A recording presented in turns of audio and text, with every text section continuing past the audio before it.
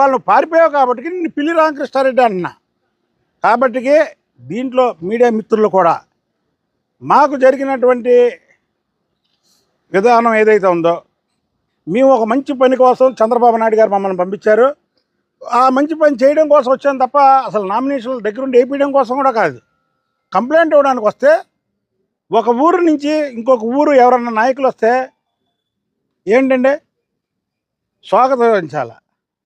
లేదు నిజంగా మాకు వేరే వాళ్ళ ఆపదొస్తే అక్కడ ఉన్నటువంటి నాయకులు మమ్మల్ని రక్షించాలి.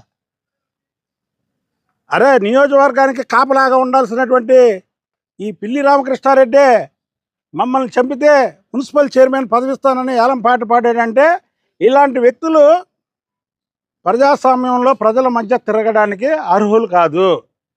కాబట్టి నేను రాజీ లేని పోరాటం చేస్తా ఈ కేసు మీద మాత్రం. ఈ కేసులో నేను పెట్టినటువంటి కంప్లైంట్ కానీ ఆ రోజు మా మీద దాడి చేసినటువంటి విజువల్స్ కానీ అన్నీ ఉన్నాయి సాక్ష్యాధారాలతో సహా. అదేదయ్యా మీరు ఒక్కసారి చూడండి.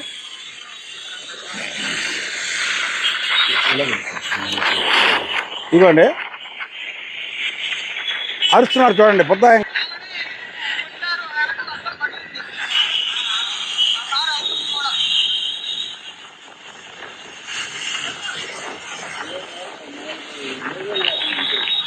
సార్ దుర్మార్గం సార్. కాబట్టి ఈ దుర్మార్గాన్ని అణిచివేయాలి.